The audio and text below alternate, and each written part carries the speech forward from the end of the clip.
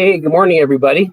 Welcome again to another Cars and Coffee. And if you're a car guy that wants to learn more about performance and all things cars, you are in the right spot. I'm Kenny Brown, and for the next hour or so, I'm going to share with you some of my extensive knowledge and experience from professional motorsports and building some really great street cars, track cars, and championship-winning race cars. So this morning, it's going to be what we're going to talk about is on the tech side. I'm going to talk about my philosophy on developing the S197 suspension geometry. Also, we've also got another set of the Kenny Brown Pro 4R race brakes in for Clinton's car that we're tuning up. I'll tell you about that in a little bit. And I also wanted to show you the 14-inch conversion kit we have for the rear brakes on S197s. And of course, I'll be answering your questions live. If you've got questions, please send them in. Carrie has been under the weather, so I don't have one question. Typically she looks at the questions and gives them to me. I only have one question today, so please send in some questions. Otherwise, I'm just going to go. I lost it.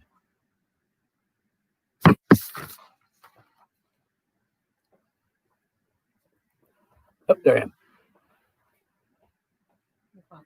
Okay. Small technical error. Anybody who's been with us for a while know all about our technical gremlins always pop up every now and again. I think I set my paper on my computer and made something go away. So anyway, where did I leave off? Questions. Please send in some questions. I'll be happy to answer them. Like I say, Carrie only has one question for me this week. And let's see, last week I did on Wednesday evening, I did a workshop specifically on building the ultimate IRS Cobra for people that have Cobras. And also we have a lot of people now that are putting the Cobra IRS onto Fox bodies. So we had a really good workshop last week. I had a lot of people register for it. And I think everybody seemed to be pretty happy. And I thoroughly hope they learned a lot from what I was teaching. And that went so well. Carrie wants me to do a workshop on a specific S197. So look for that to be coming up in the coming weeks. That sounds crazy, but look for that in the coming weeks. I'll do a workshop specifically on S197, and you're actually going to get a little bit of a preview when I talk about the suspension geometry. Going down as you know, Carrie writes my list for me. Going down my list, stay tuned for the workshop. 15-minute consults. Carrie is opening up my schedule for some more 15-minute consults, complimentary, they're free. You just have to sign up for them, I think either on the website or somewhere in there, or you just call in and get a hold of Carrie and she can put you on my schedule. And you've got questions, you need help kind of figuring out what car, technical questions, or a build plan. I'm really good at creating build plans. And if I know what your end result, what you're looking for at the end, and what your resources are to put into it, I can help you come up with a build plan that makes sense. So you don't have to do things twice and waste money. Let's see. Okay, here she says again. If you're just joining us, I'm Kenny Brown. This is Cars and Coffee, and I'm sharing my knowledge and experience with you and answering your questions. And I hope I can teach you to learn something. Thumbs up. Please give us some thumbs up. That always works, and send some love. That helps us spread a little bit. Speaking of spreading a little bit, if you're learning things and you have some friends that you think would benefit from what we talk about, please share with us. We've actually got some people that are putting up some watch groups, putting some watch groups together. So there's something for you to do. And the next thing on my list, history of cars and coffee. Well, I started it just because we had a whole lot of people that after I do tech seminars and tech sessions at tracks, people come up and say, boy, I wish I could get into your brain just for a little bit. So that's why we started the whole cars and coffee thing. So I'm sort of downloading what's in my brain for everybody. I mean, I can't take it with you. And I've learned a lot and know a lot. So I have no problem sharing. And the people in the academy actually know very well how much I share. Okay, this month's artwork is another one of Nicholas Watt's pieces. I have several of these. He's an awesome artist. But this is called Formation Finish. and it is Le Mans 1966 with the 3 Ford GT 40s finishing in formation, which is pretty cool. And next week, we're going to do something a little bit different. Instead of artwork, we're going to feature some posters that come from down under. Marcus Z is racing in the touring car Masters. He was racing a Ford Falcon and an Australian Ford Falcon, but they are building a Fox body, and it's getting a lot of attention down there, and they're using our stuff. So that's kind of really cool. And we're helping them build this car from halfway around the world. But they got a suspension and a rear end, and we're looking for them to really do a good job when they put it together. So I got some posters from Marcus just the other day, so we'll feature them instead of regular art. Let's see. I'm on page 2. Again, 15-minute consults. My philosophy newsletter. Sign up for the newsletter or notifications. I think there's a bell or something you can click on to get notifications when I'm going to go live. And also I think there's Speed Therapy Society. If you're not a member, please join. It's an awesome group of people. A lot of like-minded car people. There's over 500 people in there now. And there's a lot of conversation, a lot of pictures of cars, and that's where the questions come from that I talk about every week. Because, like I said before, I talk about what you guys want to learn about. I could talk about a million things, but if I want you to teach you what you. Let me back up. Okay, I want to talk about what you want to know about. So, with that, I'm going to answer my one single question today. And this is a question on Delron versus urethane bushings. Delron is kind of like a big buzzword. Everybody wants to go Delron bushings, but for me, there's an application for urethane. There's an application for Delron. Delron, if you aren't unaware, is a very, very dense material. That has some anti-friction qualities, and it's used a lot in professional race cars. I only use Delron in race cars. Everything else we use urethane in the front. Now in the back, you heard me tell before, we never ever use urethane bushings in the rear suspension. Never ever, because urethane does not twist. And your rear suspension rear axle needs to articulate. And when you put urethane bushings, it's great if you're going drag racing, straight line, they work perfectly. As soon as you go around the corner, they just don't twist, which means your suspension is going to it's going to get to a point. It's not going to go any further. And then you got nothing, and it's going to get loose. That's why cars with urethane bushings in the back are so loose, because you run out of suspension. That's why on the rear grip kit for S197s, it's all double adjustable in rod ends, high quality rod ends, really good, like professional grade rod ends, Teflon lined, so they don't make noise and they're self lubricating. But on the front, and also on like an IRS car where you've got something that's moving straight up and down, that's where we use urethane. And the urethane we switched to a couple of years back is black, and it's actually a little denser than some of the others, and it's silicone impregnated, which makes it kind of good. But as far as Delron, when I use Delron on race cars, we actually custom fit each bushing for each location, so that we get, when I say a control arm, if I lift a control arm up and let go, it'll come down really slow.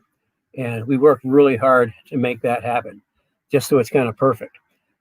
The issue with Delron running on the street or even track day cars is when you've got that solid bushing. This is just my opinion. I'm sure other people have other opinions, but when you stiffen up that suspension, all of a sudden you're dramatically shrinking your window of allowable mistakes, which means reactions are faster and things happen faster, and you don't have enough time to correct for any mistakes. It makes it really precise. So for track day guys, it's like the black urethane is the way to go. It's pretty solid, but it gives you just that little bit of extra room for air. But with Delron, your air envelope shrinks quite a bit. Same thing with not super high springs. Like the stiffer and firmer you make a car, the better it's going to handle. But your air thing just starts shrinking. So that's my philosophy in Delron. It's great stuff. Like I say, we use it. All our race cars use it because that's a specific application. And even on like the IRS cars for racing, we'll put in some. But like I say, we custom fit Delron to every bushing, so I get that precise fitment. Lift the control arm up, and it just kind of comes down like that. And it's not that easy to do. So that's my answer on Delron. Carry highlighted toolbox. Yep, that's my toolbox over there. It's been with me for a long time. Someone had one question. It says, what do you think of the white line gyro bushings? White line gyro bushings. Honestly, I'm not familiar with them. I don't know, what are they made of? That'd be my question. I don't pay attention to other people. I mean, I learned in racing a long time ago, you keep your nose forward and forget about everybody else. So you have to give me a little more information because I'm just not familiar with it. So moving right along. Yeah, if you can send some information, send it in, and Bridget will let me know, and I'll go back to that. Okay, should we do the philosophy first or Pro 4Rs? Let's do Pro 4Rs to get them out of the way. The story behind the Pro 4Rs is several years back. I mean, we've been working with Bear for a very, very long time. They're great people, great customer service, great products, and that's all I ask for. And we're talking about doing something unique. The Kenny Brown brand that was totally unique, and we were starting talking, and Rick said, we've got some extras of the brakes we built for Paul in 2011. Those aren't aware. My late son Paul was the GTS champion in actually a boss as we built ourselves in 2011. He actually absolutely dominated the series. Dominated in a big way. Anyway, he showed up at the first event with 6-piston calipers. And, the SCCA pulls out the little rule book and it says you have to have 4 pistons. So Bear went to work and they developed a custom 4-piston brake package for Paul that he used to dominate and win the championship. Ever since that time, it was sitting on the shelf. So we started talking and said, well, let's that'd be kind of cool to have a really, really good race brake. So we started with what that Paul used. It just kept adding more and more and more features. We packed every single race caliper feature we could into the calipers. And it's to find anything that's got these many features, you'd have to go to like a Brembo GTR, which I think for a Mustang would be $8,800 an axle set. But here I'll show you. I think these are real race brakes. You can see that there's some beef to them. However, if you look underneath, you probably see we go through and we lighten it. We take material out only in places that doesn't matter. If the material's gone, just take a little weight out. And I think you can see the castellated pistons in there. They're stainless castellated pistons to help reduce heat transfer from the brake pads into the caliper. And the clamping force is amazing. That's 6. Can't remember the name. They're like super, super strong bolts. There's 6 bolts that clamp the calipers together. And of course, the radial mount that bolts on the car, and you can see it's ARP studs and 12-point nuts, which are like fully racing stuff.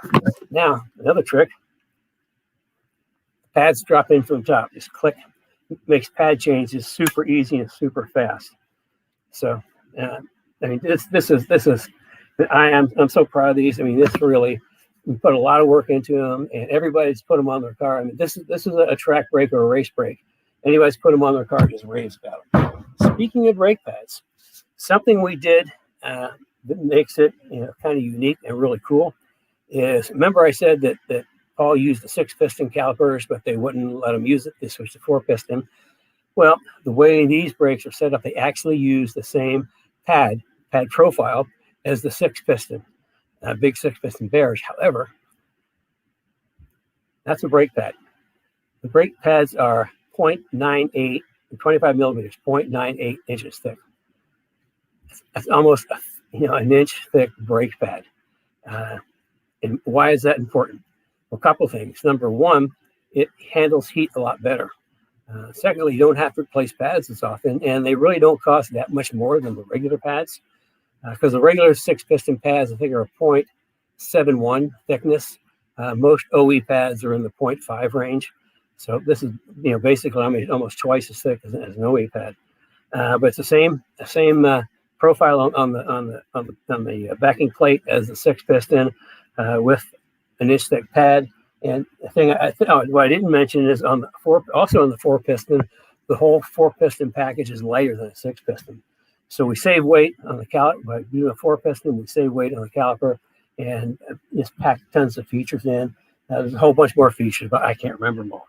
But to complement that, what we do is we have a 14-inch by 1.25 R-spec rotor. And what makes it R-spec is a couple of things. First of all, it cools a lot better. Next, it's lighter than a normal rotor. And third, it's mounted with Belleville washers. I don't know if you can see those. So it's sort of quasi-floating. And it's, this is real race brake stuff. Our rotors are quite a bit lighter than just a regular 14-inch by 1.25 rotor. So that's what we do on the front of the car, which is pretty awesome. Of course, we put brake ducts on and high temperature brake fluid. But the other thing, any S197 that we do any kind of brake package on the front, even like on the Boss cars, the Boss Mustangs. If we upgrade, they've got the Brembos. If we upgrade to the 2-piece slotted rotors, which actually improve the efficiency of that brake, we go to the back and we do a big update. Now that's a rear rotor. Okay, that's a rear rotor off an S197. And we've got a kit that upgrades to a 14-inch rotor. It's pretty cool. You get a 14-inch 2-piece slotted rotor. The thickness is the same as the factory, so there's no problem there. And the bracketry that comes with it takes the stock caliper and it just moves it out, so you have a 14-inch rotor. And it's totally transparent to the ABS. And the other thing about it is that, why go to a 14-inch rotor? Well, just think, you've had a ratchet and you're trying to break a nut loose and it's really tight, and you're pushing down and it won't go. Then you get a breaker bar and you push down and you crack it loose. It's leverage. You get way more leverage on a 14-inch rotor than do I think 11.75 or something like that factory rotor. So those are two cool things. We use a ton of these, and everybody loves them. We've also found out in testing a number of years ago that when we put the big rotors on the back, especially with the suspension we're going to talk about, the rotor temperature went up, which means that you're using the rear brakes more. If you're using the brakes more, then your stopping distance is getting shorter. So speaking of stopping distance, let's kind of switch over to the philosophy on my S197 suspension. First of all, it's called AGS 4.0. And what that stands for, it's the 4th generation of my advanced geometry suspension systems. That's a big word. The reason it's advanced geometry suspension system is because all my career, I really, really focus on suspension geometry because it's all about grip. You want as much of the tire on the ground at all times to maximize your grip. And that is done with geometry. Now, factory cars are not focused on performance geometry. They're focused on ride quality and fuel economy and tire wear. But what we're looking for is, how much grip can you get? Because the more grip you get, the more fun the car is to drive on the street, and the quicker it's going to be on track. So I'm always looking at how do we maximize grip through geometry. And I've got a suspension geometry program I've had for a very long time. I love it. I wouldn't use anything else. To give you an idea, it's so old. It's written in DOS, and the problem is that it was being updated to Windows a number of years back, but the guy that created and wrote it passed away. and his family just dropped the whole thing, so you can't get him anymore. So I just hold on to it like with my life, because it's a great program, and it's really served me well. Anyway, geometry. Getting back to geometry. So really focus on geometry. The S197 Mustang. You look at any Mustang, and as far as performance on track, there's a couple of things that you need to think about. Number one, just the basic platform. Big engine in the front, no weight in the back with live axle. It's a pony car. I mean, that's the way they came out in the 60s. And it's still a pony car, which means its primary purpose, primary function, its best utilization is straight line and fast. I mean, they're drag race cars. Get big engines, it's big acceleration, so the strength is going in a straight line fast. The weaknesses come when you have to stop and turn. So when I looked at the S197 suspensions, okay, let's take a really hard look at this. So straightaways are the strength, braking and cornering are the weaknesses. So what I did is I came up with a geometry package that maximizes the strengths and mitigates the weaknesses. So what do I mean by that? Okay, the first thing is, in racing, your best opportunity, and you've seen this on TV, the best opportunity to overtake somebody is braking. If you can brake later than somebody to a corner, you're going to get the corner, you're going to go away. So braking is really important. And Mustangs don't stop that well. You really got the brakes hard, and the whole back of the car wants to come up in the air. So what I've done is in the back of the car, I put quite a bit of anti-squat, which anti-squat is what gets the car traction going forward. But the other thing about anti-squat, it also converts into anti-lift. So it doesn't let the back of the car come up. And I put anti-dive in the front, so the car doesn't come down. And with the higher spring rates that we run, the whole concept is to be able to brake really, really late and really, really hard. If you're going down a straightaway, and if you're racing, and if you can brake 1, 2, 3 car lengths later than the guy next to you, game over. You've got the corner, you're gone. In track days, I actually use it as an intimidation factor. If there's somebody I want to get past, what I'll do is I'll kind of lay back, and there's like kind of a turn. Like a good example is turn 5 at Road America, and I did this to Porsches. I did it to Ford GTs. It works every time. I'll lay back, and then I'll just wait, and just lay into the brakes. And I had one guy tell me, he said he couldn't believe it. He said he was coming up to the corner. He looked in his mirror. There was a red dot behind him. And before he even got to the apex, all 3 mirrors had red.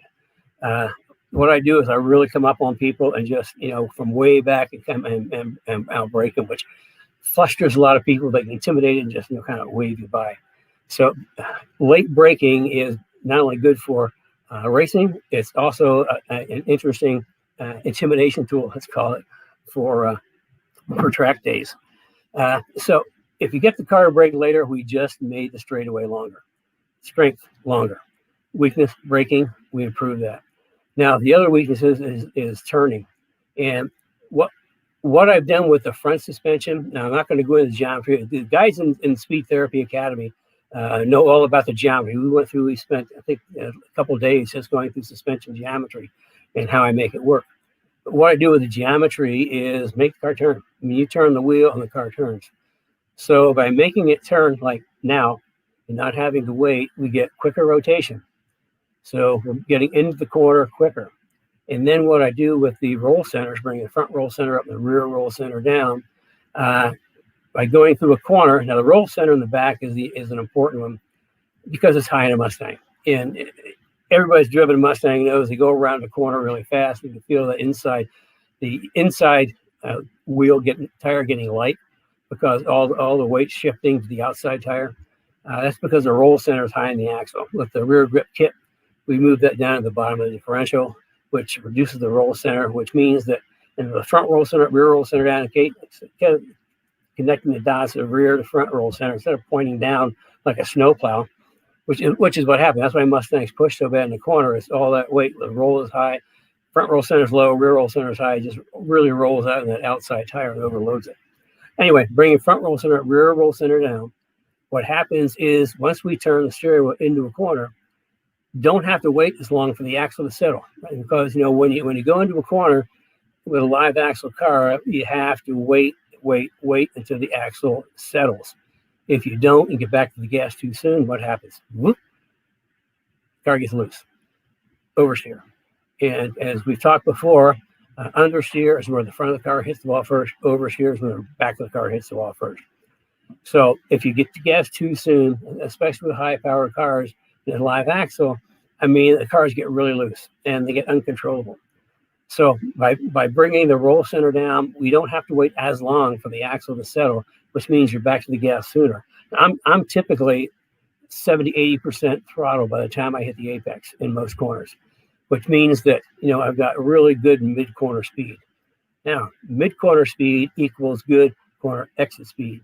And being quick is all about corner exit speed. Whoever gets off the corner the quickest with the most momentum is going to be the quickest at the end of the straightaway.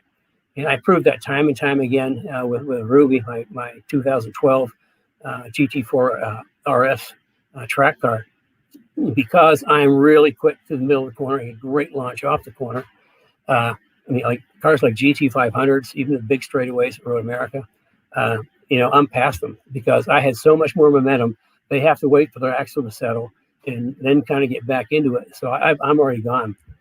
We have a video somewhere where actually it's kind of cool at Road America. It starts at turn 14, and I was carrying enough speed through mid corner I had to actually back out of it because there was a Viper in front of me. And as soon as we kind of got through the corner, he got off the side. I got back on the gas, and I had so much more momentum than he had. I got past him. This is a Viper and just a 12 Mustang with just cold air kit and exhaust. And I had enough momentum off the corner to stay in front of him all the way down the straightaway. So getting off the corner is important. The other thing about getting off the corner, if you're getting back to the gas sooner, you're getting more corner exit speed. And if you're getting to the gas sooner, then say you're getting to the gas before the apex and you're flat out on the pedal, by the time you hit track out, where other people are just starting to feed in power. Well, what you've just done, you just made the next straightaway longer, by 1 or 2 car lengths. And, you start adding it up, save 2 or 3 car lengths here, save a couple car lengths here every corner. And it adds up really, really quickly. So that's kind of like the whole philosophy, behind my AGS 4.0. It's the 4th generation of my advanced geometry systems. And I call it systems because it's like in the S197, we only have 3 components to our suspension: the rear grip kit, the front grip kit, springs and shocks. And the reason for that is every single component in like the rear grip kit, the front grip kit, are specifically engineered to every piece is engineered to have an improvement on geometry, and every piece is engineered to work with the next piece as a system. That's why my cars should handle so darn well. And anybody you see, anybody that's put the suspension on their car can rave about it. It took years and years of development to get there. Just to give you an idea, how many years of development? AGS 1.0, the genesis of the advanced geometry suspension systems was the 1987 Celine R race cars that I engineered, built, and managed to 4 national championships in SCCA Pro Endurance Racing. And that's where I started. I actually started at the end of the 86 season.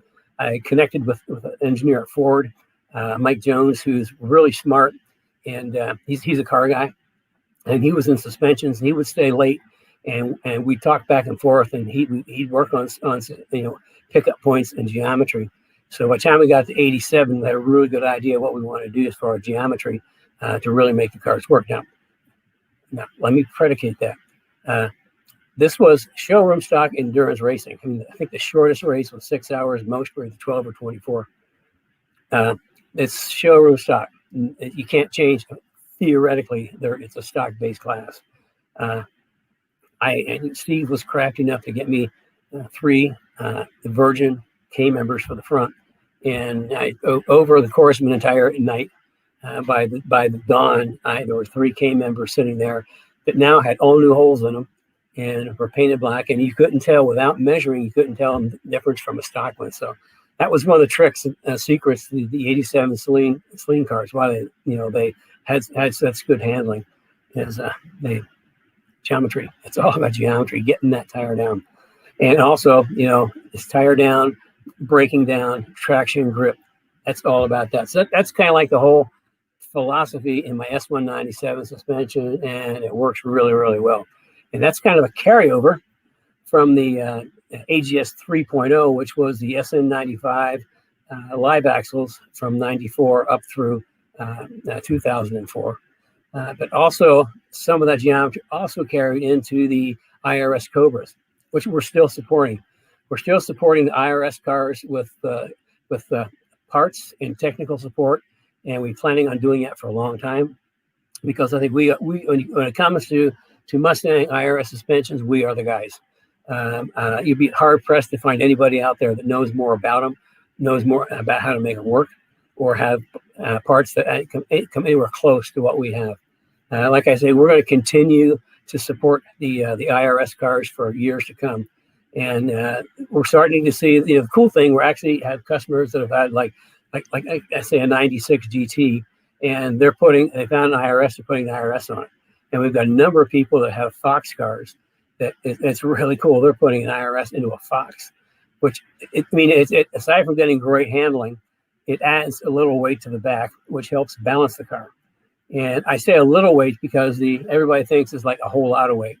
From what I've seen, we haven't really had a chance to do a full weight measurement. But from what I've seen, the IRS is about 80 pounds heavier than the live axle. So if you put an IRS on the back of your Fox or SN95, you're not going to add, with our stuff, you're not going to add 80 pounds, because between our tubular control arms, the geometry fix, and coilover shocks, we take out 40 pounds. So in reality, you're only adding about 40 pounds to the back, which is perfect because the back of the cars are too light anyway. So it really helps balance the car. Plus, great handling. That goes along with our front grip kit, which is the K-member. Both of the IRS package. With the IRS, it's AGS 3.5, the SN95s, and we introduced that at the 2000 SEMA show. And it's been a great suspension package ever since. And we also, for the SN95s, have our own coilovers we have custom built for us for front and rear, because everything I do is coilovers. Yeah, for two reasons. Number one, you can adjust ride height, which is important, and secondly, you can change spring rates. If say we set a car up for somebody with like 600-pound springs, they do a lot of track days, but then they decide, well, I'm going to kind of not do as many track days and do more touring. Pop out the 600-pound springs and put in some 400, 450s. It's that easy. So, coilovers just make life so much easier when it comes to spring rates, and I'm a nut about spring rates. If anybody's ever been, all people who've been with me for a while know that I'm, again, one of the only guys that really, really focus on spring rates. A real quick scenario on my spring rate philosophy. Stock, and use S197s because that's the easiest to talk about because it's spring on strut. S197s come out with about 134 to 150 pound front springs. The best, most lowering springs that you'll get in the aftermarket, about 190 pounds. Sports springs get up into like the 220 range. And I've seen somebody called competition springs that are like 250. Our touring package starts at 350. And our street performance is 400. Our intermediate track on street tire, like high performance street tires, not track tires, would be, depending on the driver and the car, I'll prescribe either 500s or 550s. For our fast guys in like advanced group on sticky tires, we're running 650 front springs. And if you think that sounds like a lot, on my late son Paul's World Challenge Boss 302S on Pirelli slicks with motorsport shocks. And when we start getting up in big spring rates, you have to have motorsport shocks designed to carry that. It was like 850, 950. I think one time he used 1,000-pound springs. So you can see as the more spring you put in the Mustang, the faster it becomes. But you can't put too much spring in on street tires, otherwise you kind of defeat the purpose. That's another subject we'll talk to another day. So anyway, that's kind of like the whole philosophy behind my springs.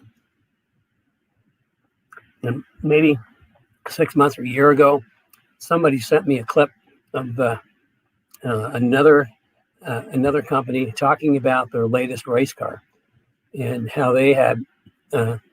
This is like a full-on race car. I'm guessing NASA, American Iron, or something like that.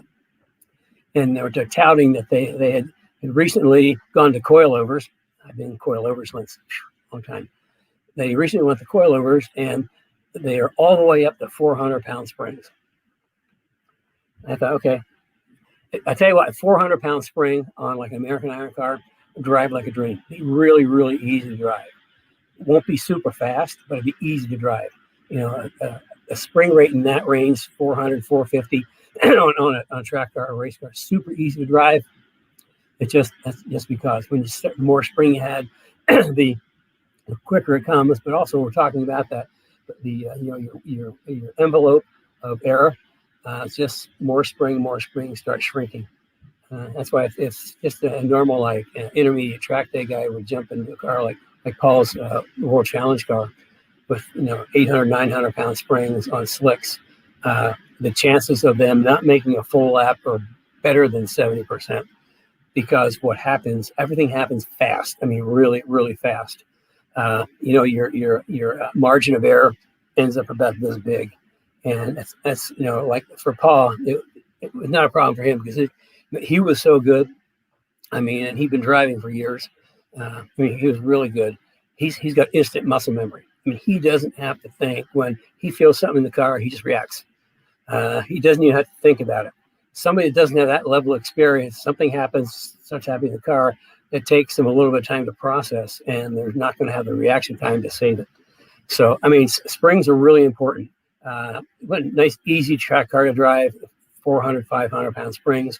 If you got sticky tires on the Ruby, my car, with the Pirelli P0 Corsas, which are a track street tire, I was at 650, and most of our advanced track people we have it at 650. So, the springs are really important in making cars handle. But you have to understand how they work, number one. Secondly, you have to have shock valving that supports the spring rates that you're running. Because you put a real big spring rate in like a stock shock, and they're not going to last. Let's just say somebody puts in even like aftermarket 197, put an aftermarket sports or quote competition springs at 225. Shocks are engineered around 150 spring rate, and you add that much more, and it's going to overwhelm, specifically the rebound.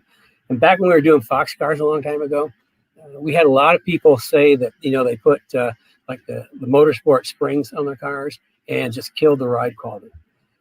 The fact is, ride quality is controlled by the shocks. The springs, all the springs do, they hold the car up. Ride quality comes from the shocks. What they were doing, they're putting higher rate springs on stock shocks, most of which were worn out, and the shocks couldn't handle it. Anytime somebody put the sports springs on with this, even like a Coney Red, ride quality was dramatically improved. So I kind of got off on a big tangent there, talking about springs and shocks. But those are the kind of things that people learn in the academy. I mean, I go into really big detail on geometry, shocks, springs, and all that. In fact, last week, what did we do in the society last week? So many things going on. I don't care. I wrote it down. Oh, last week in the academy, I mean, we covered car prep, track setup, alignments, and dialing in. And what's coming up this week is like the big one. We've spent, 10 weeks talking about all the things in the car, understanding how everything works together. But we're coming in the last 2 weeks where we're going to be really getting into dialing in the car for maximum performance, maximum handling. Now that's going to be, it's kind of like I've been building up to in the academy just for this, and everybody's pretty excited about that. And actually, the last master class we're going to have for the academy is a good friend of mine, a race engineer of many, many years, won Trans Am championships. He's engineered just every kind of race. Anyway, everybody wanted to know a little bit more about data acquisition. I know enough data acquisition.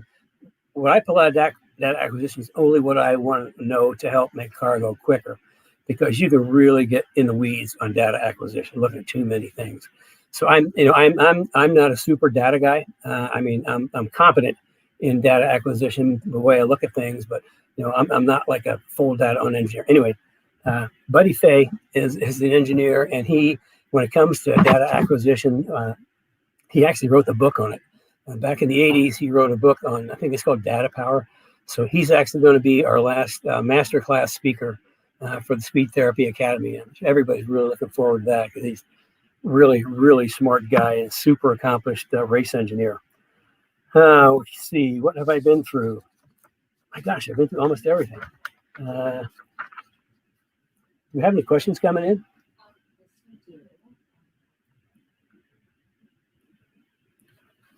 Why don't you? We have one from Christopher from our Speed Therapy Academy.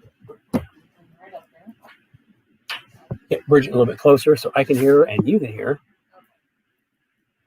So we have the lovely Bridget going in for Carrie, who is under the weather. Hello, everybody. Good morning. All right, so we have a question from Christopher from our Speed Therapy Academy. He's one of our members. And he had a question. He says, can Kenny comment on inverted versus regular front coilover struts? Which is better and why? Oh, that's a great question. Christopher is one of our Speed Therapy Academy people and a regular on Cars and Coffee. And by the way, he's in Bulgaria. So he has to get up pretty early in the morning or stay up late at night, whichever the case may be, for this. And he's a super dedicated fan, I guess you'd say, or anyway, he's trying to learn a lot, and I hope we're teaching him a lot. The question is, inverted shocks, struts versus standard struts. Okay, what's the difference? Okay, a normal strut, the whole package of the mechanisms on the bottom, you have a shaft that runs up to the top.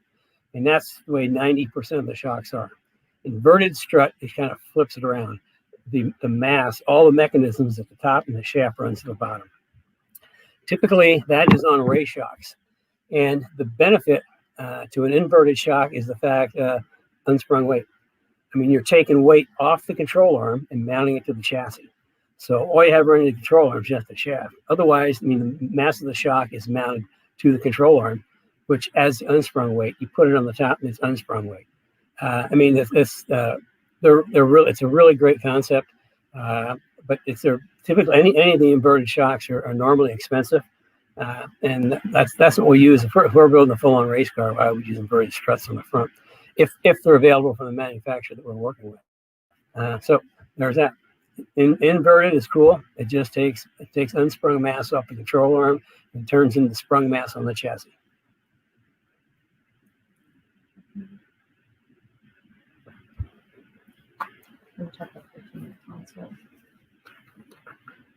Give me a chance to pressure myself.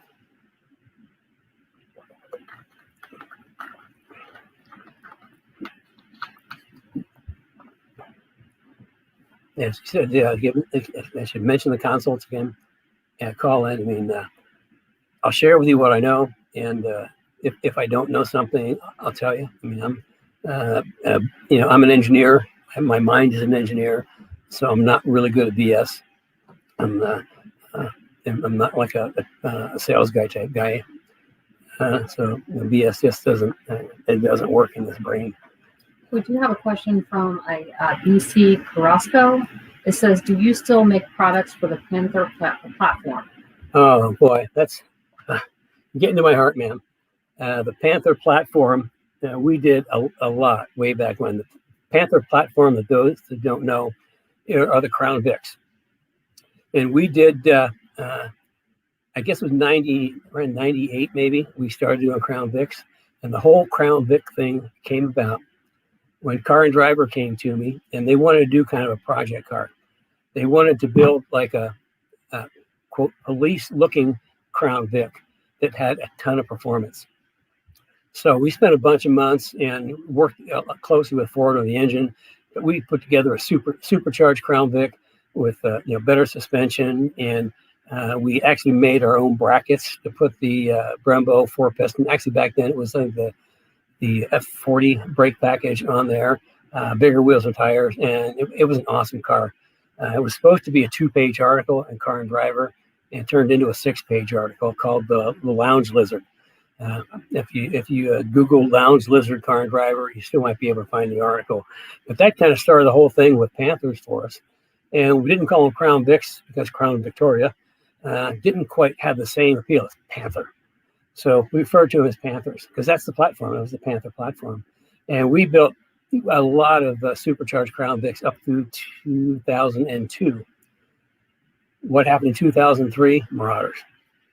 Marauders came out still the Panther platform, but was significantly updated, especially with new aluminum front suspension.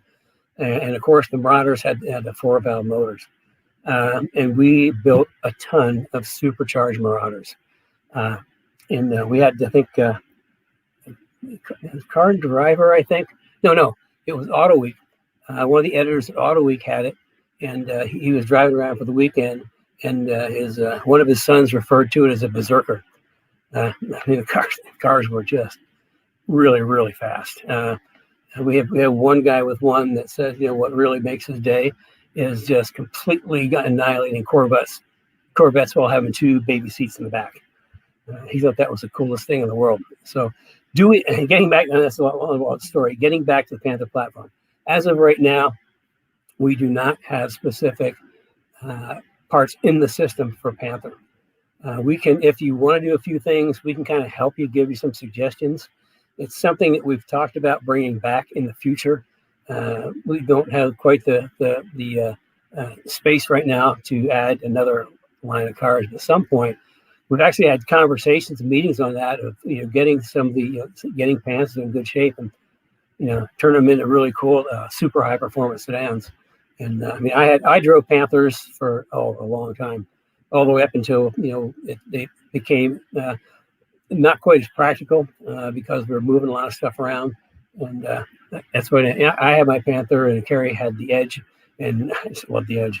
So anyway, if you're looking for things, you call set up a 15-minute consult, and I'll try to guide you as best I can, because I think some of the parts that we used are still available, and I can kind of help you if I can. But yeah, I really love to bring the Panther platform back, because that was a cool car. I love those cars. Okay.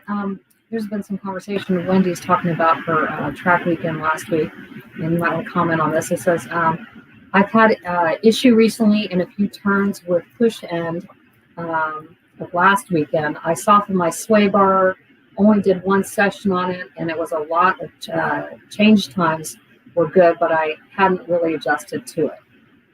Okay. Does she say if it's pushing into the corner or off the corner? She says, a few turns with push end, yeah. Okay. The in the simplest terms of shocks, I use bump in the front from the apex, from the turn into the apex, and rebound from the apex off. Now, why do I say rebound from the apex off? Okay, we're talking about the makeup of a shock absorber. A spring compresses, and as a spring compresses, once it's at its full compression and decompresses, get boing, and they'll keep bouncing. The whole purpose of a shock is to control how fast or how slow that spring unwinds itself, and that's what single adjustable shocks. That's what rebound does. It adjusts how slowly it allows the spring to come off. The only thing to do is there's not enough real information for me there, but make sure your tire pressures are right and camber is right and toe is right. But then also try, tuning is every car, every day, every driver and track is different. And tuning kind of gets to be a personal thing. And when you get in a situation like that, the best thing to do is, add a couple clicks of rebound for 1 session. Did it get better? Did it get worse? If it get worse, then go back and take a couple of clicks off. In fact, you can, with the shocks that adjust on the top, you can even go do a couple laps and pull in and have somebody adjust the shocks for you. But you just have to work back and forth. If you had double adjustable shocks, that's where you might put just a click of bump into the back to help the car turn, kind of rotate more. But pushing, if it's off the corner, yeah, I mean, you just have to go back through and check everything.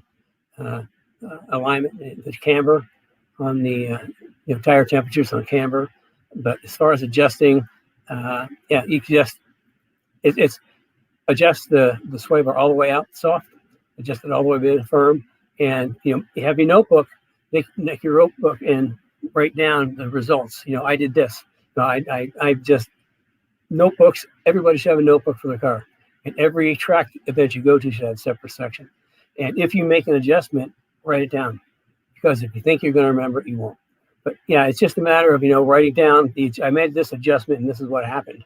But it's kind of trial and error. It's probably something to do.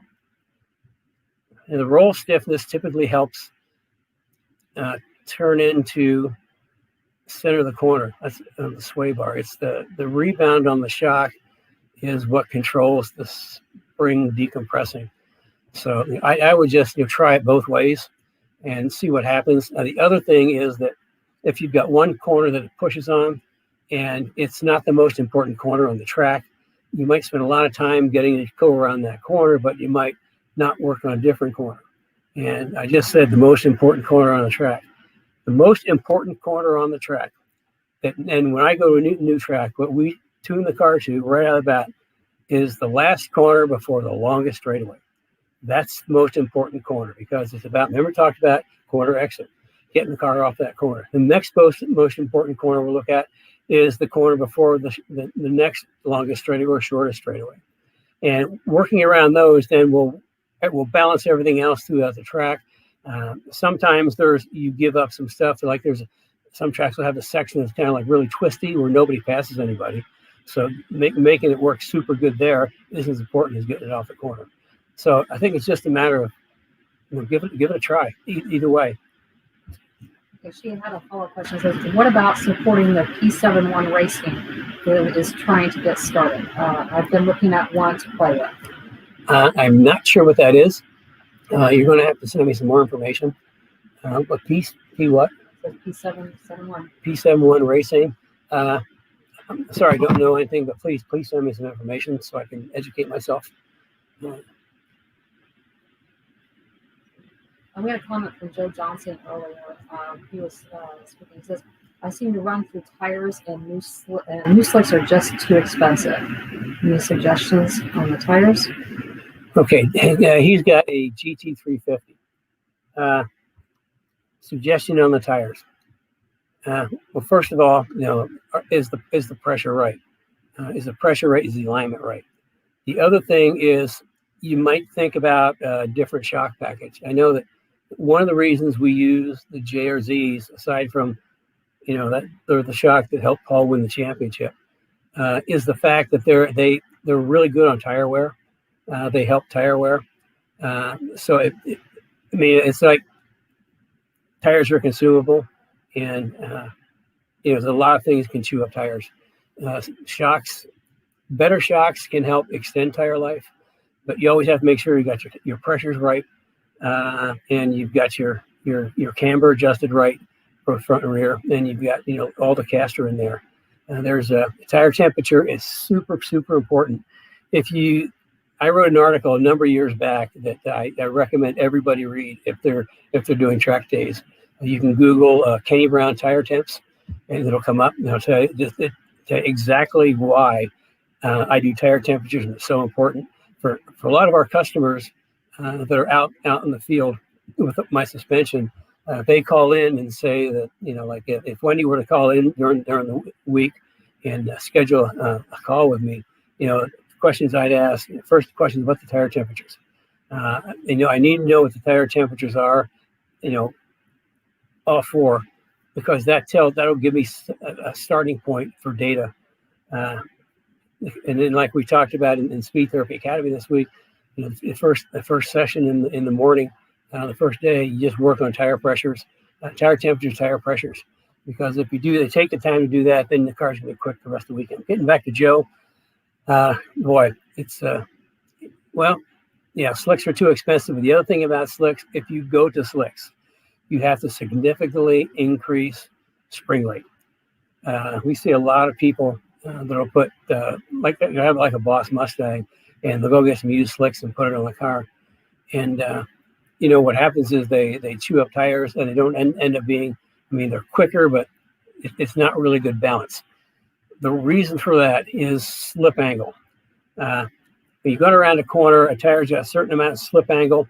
I mean, that's 100% of the tire. You get that slip angle, and it's going to squeal or let go, but you've got a certain split angle. Well, as the tire reaches that split angle, the car's in roll, and slip angle and roll, they kind of work together and go around the corner. Now you add a slick, which is super sticky. All of a sudden you got no slip angle. You go around the corner, the tire stops. Okay, stops moving, but the chassis doesn't. The chassis will continue to roll a lot with the slicks. And what happens is Mustang has what's called a positive roll front suspension. The more the car rolls, the more the front suspension goes positive. So by not having enough spring to support it, you're going to roll over, you're going to chew up tires. Remember I said on the World Challenge car, on Paul's car with Pirelli slicks and Motorsport shocks, we're running 850-pound spring rate, 950-pound spring rate. So you go to the stickier the tire, the more spring you need in the car. It's just, kind of that's the way it is. It's all physics. So the slick, the tire stops, the car doesn't, it rolls, front suspension goes positive, and you start tearing up the tires. And we've had a lot of people. I heard of a number of people that put like slicks on stock suspensions, actually gone off track. Some in a big way, some in a little way. But I absolutely do not recommend slicks on track day tires, track day cars, unless you got the spring rate to support it. Okay. Brian West had a question. He says, I recall that people said that the Delron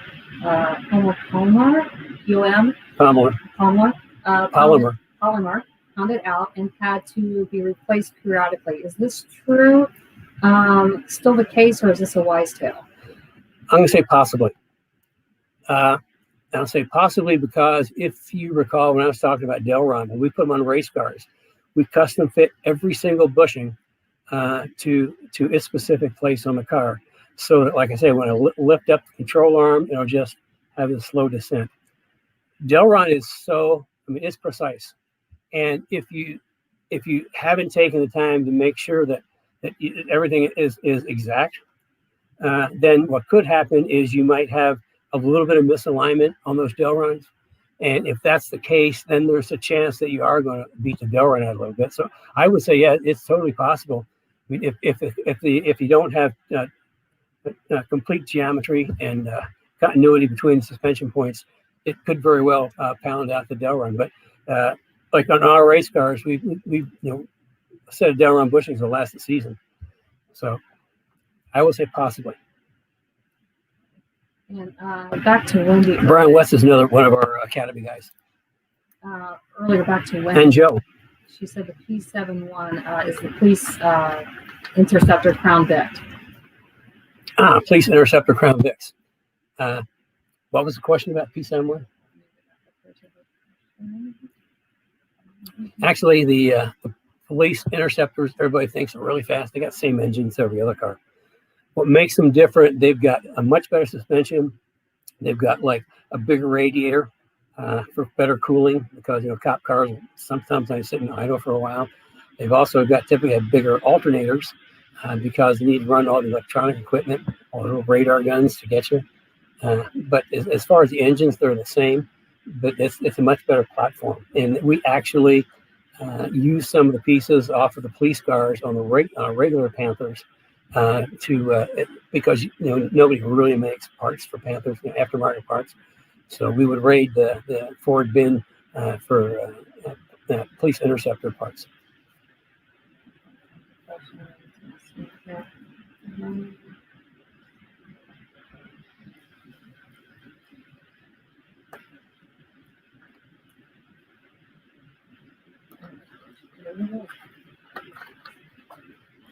Okay, here's what about supporting the P71 racing that is trying to get started? I've been looking at one to play with. I didn't know that. A P71 Racing Crown Vics. That'd be kind of interesting. Yeah, I need to look into that. Because like I say, we've got a lot of experience with Crown Vics, both the earlier ones and then the 03, 04s and newer. with the updated suspension. So yeah, I'm going to have to look into that. B71 racing. I'll Google that after I'm done here and check into it. But thanks for telling me about that. I'll look. Do you have any more questions?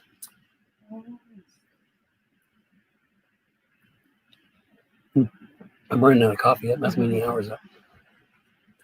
Kobe Ward just commented. He said, "My curiosity is piqued regarding the secret S197 rear suspension part you talked about last week."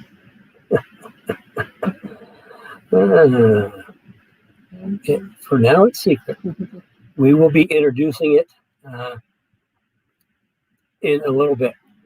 It's something I've been working on for a lot of years. We just filed a patent on it a couple of weeks ago, which means we can start talking about it. The Speed Therapy Academy people know about it, but they're sworn to secrecy. In fact, we're doing a sort of pre-production run of 10 units. And I think most of the Speed Therapy Academy guys have already put a deposit down on. But what we're going to do is, we want to get a little bit further along in the production process, because we did a lot of prototype testing, and we've made a number of adjustments on the prototypes that we're taking into production. And we're just, working on getting me in production. So that the next phase is in, and I don't know how many weeks, you just have to stay tuned, but we will introduce it in a special, a special workshop or event that you can find out through the Speed Therapy Society. Speed Therapy Society people are going to be the next people to find out about it. And then probably after the first of the year, we'll be introducing it to the general public. So being part of our family has great benefits. Like I say, Speed Therapy Academy guys know all about it. I blew them away, but they're like, can't talk about it. In fact, Cliff Scar here, he has a Ford Racing FR500S. And for those of you that aren't familiar with it, that is the race cars that Ford Racing built in 2008-9 for the Mustang Challenge Series. And we had been talking with Cliff about making this car better for a while, and then all of a sudden I discovered it was the number 44 Speedworks car. It was one of the three FR500S race cars, Speedworks race cars that I engineered for the Mustang Challenge Series. So it's pretty cool to see it again. Anyway, he's getting complete suspension. He's getting Profar R brakes. In fact, those are his Profar R brakes that I just showed you, and the rear 14-inch rotors. He's getting the front grip kit, the big brakes, JRZ single adjustables, and rear grip kit 2 in the back.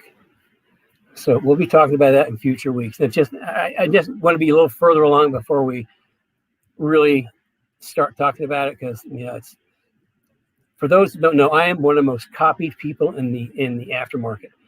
I can go back for years and years and years, and the number of parts and components from Mustang that we introduced to the market have been so heavily copied everywhere.